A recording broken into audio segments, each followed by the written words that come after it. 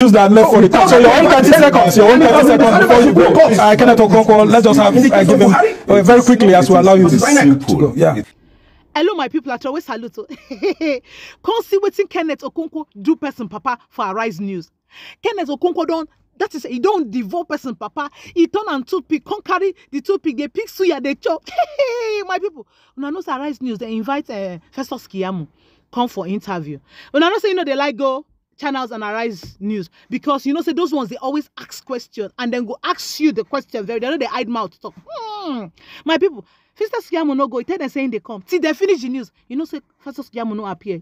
Show. Then one of the APC guy can't feel saying get liver guts. He can't go the interview. Now lawyer now he go meet. If you see waiting Kenneth Okonkwo do am. If you see, even the man where they conduct the interview can't say, but your principal. You sure I don't want to talk too much. Man, I watch the video. Kenneth Okonkwo. Hey, person papa. You will want employ person, make it they know who you want employ before you give them job. And you where they go look for job, know the kind of job where they want.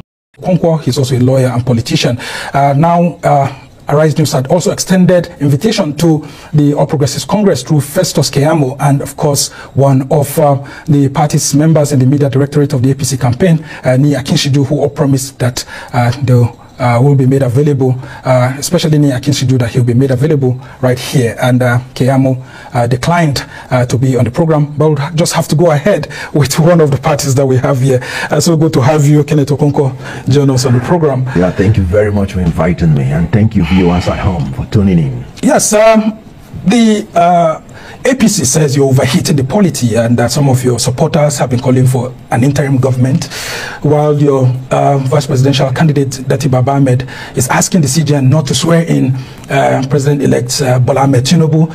And the controversy continues despite you're filing a case at the Presidential Election Petitions Tribunal, and the governing party saying that if you're in court, why are you making, quote, incendiary statements here and there? How would you react to the APC? Good. First of all, Professor Mahmoud Yakubu promised Nigerians that he is going to organize the presidential election and the gubernatorial and the legislative elections, and that the results will be uploaded in real time from the polling unit via the beavers. He did not do it, and he has acknowledged he did not. According to him, there were flaws. Now, the APC, before the election, warned all the non-APC members who were not going to vote for APC not to come out to vote. It is open. They warned the non-indigens. As a matter of fact, they even invoked Oro Festival to make sure they frustrated everybody. It's on record. And then they were not heating up the polity. And after the election, and after the open robbery that took place, a man rose up. His name is Peter Obi, and said, let there be calm. I am going to take my grievances through the courts. It's on record. And then suddenly, some spin doctors are now saying he is the one who is overheating the polity. Is there no level to lies and hypocrisy? And they were the people that told him, if you don't like what is happening, go to court. And he went to court. And yet, he's the one overheating the polity. I want to tell you, the people that are overheating the polity, they are Professor Mahmoud Yakubu, they are APC, because right there in front of Nigerians, the APC presidential candidate made a reasonable statement. He said power is not served a la carte like breakfast. You have to fight for it at all costs. You have to grab it at all costs. You have to snatch it at all costs, and you have to run away with it at all costs. That is the treasonable felony. That is overheating the system. How many of them had petitioned the DSS to take him on that? And you know what? On the election day, they actually executed his order to the latter. Women were brutalized. Non-indigens were brutalized. The security agencies were there. That was during the governorship election. Now, and the presidential. Now, in the presidential election, Dati Baba Ahmed is saying that it will be the end of democracy if Bola Ahmed Tinubu is sworn in as president on May 29. And the APC is crying foul. I mean, Keyamo had issued statements, including today, saying that, look, going ahead to make these statements are terrible. And what other plans does LP have? And they are saying that if you came third, why are you so sure that some of your prayers will be answered? He has written to the DSS. Yet we've also had what looks like incendiary comments coming from Femi Fani-Kayode and even Keyamo himself. How do you react to all of this, which a lot of Nigerians who voted for you, voted for Labour Party, PDP and APC are perplexed all about, that the polity just seems overheated? First of all, I'm surprised that you're still taking those army of people seriously. Just go out and read their tweets. If you don't like what they are saying, just keep quiet. They will soon change. How do you mean? Oh, just go to the contradictory statements they make, even about themselves. I know of one of them that is telling you that if your father is Yoruba and your mother is Igbo, you are Igbo. And that person never raised any male child except through an Igbo woman. How do you listen to such people? Let me tell you, because I want to dive into what Baba Ahmed said. We are in court. And paragraph 20 of our petition says Bola Tinubu was at the time of election not qualified to be president. And the next one is that his election was invalid by reason of corrupt practices and non-compliance with Electoral Act 2022. And the last one was that he was not validly elected by the majority of the lawful votes cast at the election. Now, a man who has this position and is in court, what do you want him to say? Can he approbate and reprobate? He's simply telling you that in his own opinion, which he's entitled to by section 38, section 39 of the Nigerian Constitution, which gave him freedom of thought, freedom of expression, freedom of belief to express his thought the way he wants. And he was in the studio saying it, not in the forest with guns. He was not a rebel. He was simply expressing his thoughts. He has not told anybody to carry gun. He said, in my opinion, if you are not supposed to swear this person in, and that is why we're in court. So why don't you allow the court process to be concluded before making some of these statements? Because that's what the other party is saying, that you can't be in the court and be on the streets at the same time. Then why did you invite him to tell him what is he going to court for? You are the one who invited him. You asked the question and he gave you the answer. So what do we say? All right, I will ask you to just hold on, because I've been told that Akinshiju, and of course I still have with me here Kenneth Okonkwo, who is a lawyer, politician, and spokesman of the Labour Party Presidential Campaign Council too. Thank you so much, Nii, for joining us. Now, let's talk about this statement that you've been issuing, including the petition by Festus Keyamo, that the Labour Party is in court, and that some of the comments coming from some of its leaders, including the vice presidential candidate, is incendiary. And as a result of that, you think that the polity is being overheated, and that the calls for an interim government for Tinubu not to be sworn in are not supposed to be discussions at this moment. If we start from that interim government thing, actually that's irresponsible as far as we are concerned. But going forward, other forms of interventions that are being made at the level of our directorate is just to call for moderation. Moderation and the fact that we have gone into an election. The election results have been made public. Our candidates, who is the president-elect, had even made overtures to the opposition, those who had lost, that he is willing to do a government of inclusivity. And of course, the government of national competence. Yes, that is include. It was initially that he was ready to do business with everybody. Then 2 or 3 days after he made that public announcement, opposition losers headed to the courts, And after a while, he had to come out with a principled position to say, no, this is what it is, not as if he was pandering as a result of a blackmail. This is what he desires going forward, And since then, we've been hearing, you've gone to court, you issue press statements, you grant interviews, and you keep virtually blackmailing anybody that was not with you.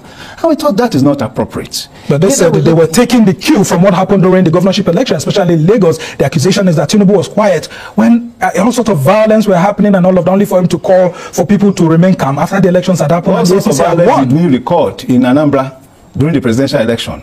What manners of suppression of voters did we record in Enugu during the presidential election?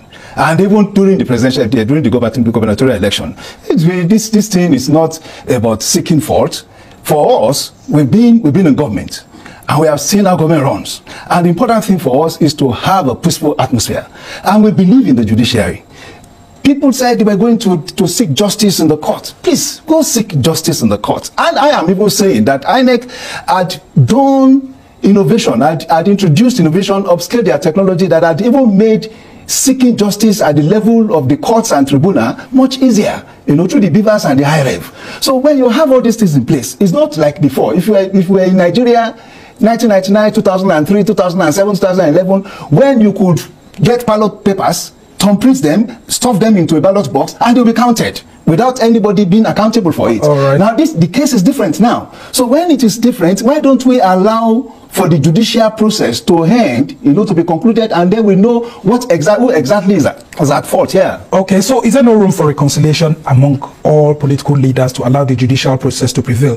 What do you make, Kenneth Okonkwo, about these allegations of incitement by Festus Keyamo? Because I'm seeing a statement written by them. It says, on many occasions after the declaration of Tinubu as the winner of the election, his public speeches and utterances have centered on reconciliation, forgiveness, and a greater vision of Nigeria. Do you believe that statement? The statement is flat lie.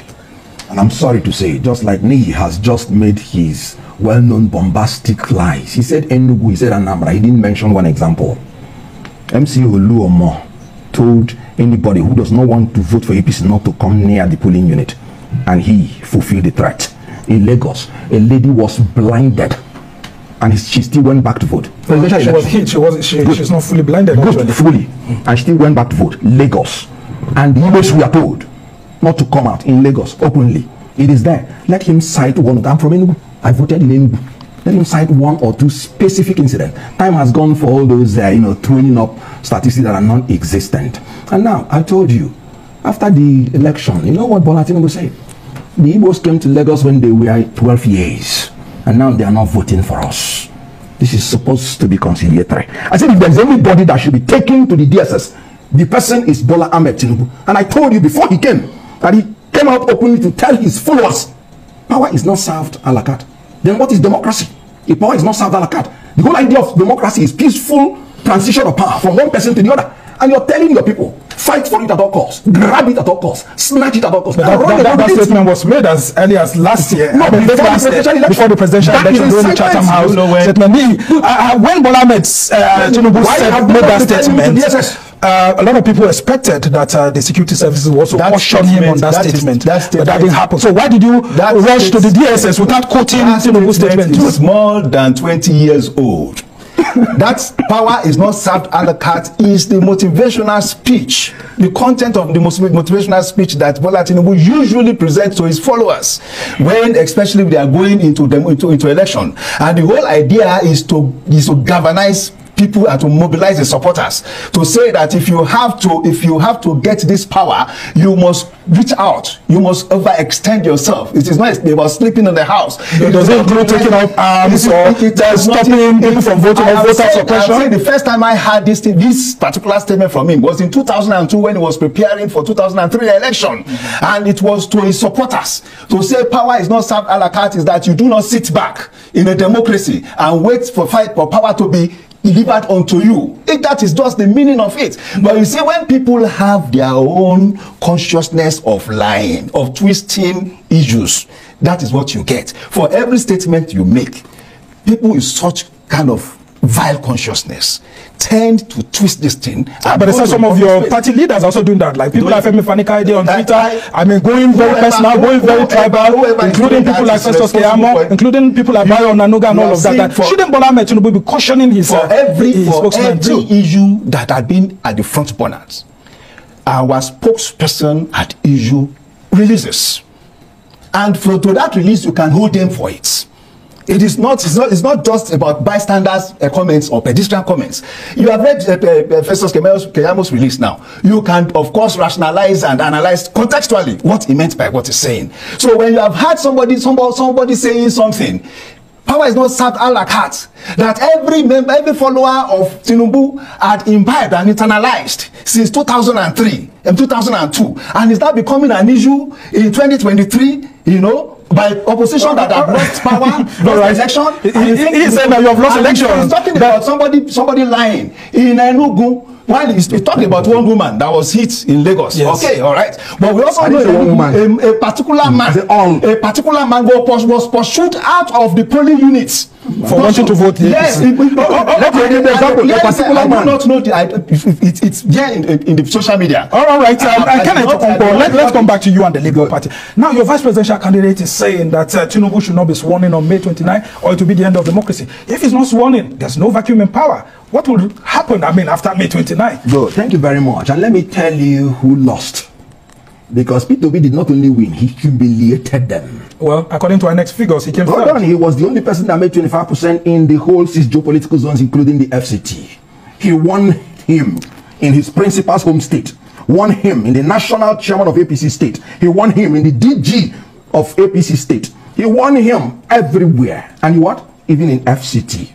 Which is the controversial aspect. So what I'm telling you is that he not only won them, he humiliated them. But according to INEC figures, he came third. Now, you're saying that... You're saying according to INEC figures. Yes. Now, what I'm interested in is finding out what should happen after, on May 29. I mean, not even after May 29. Let us go to what Baba Ahmed said. Let us say what Baba Ahmed said. Some people... Baba Ahmed...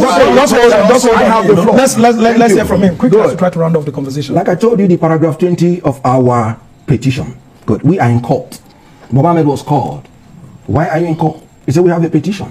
And this is our grounds. If you don't believe in your ground, why are you going to court? If I believe that same interview, he said he didn't believe in the judicial process. Now, what should happen after May 29? No, he did not say so. I have my doubts about the judicial process. That was what he was saying.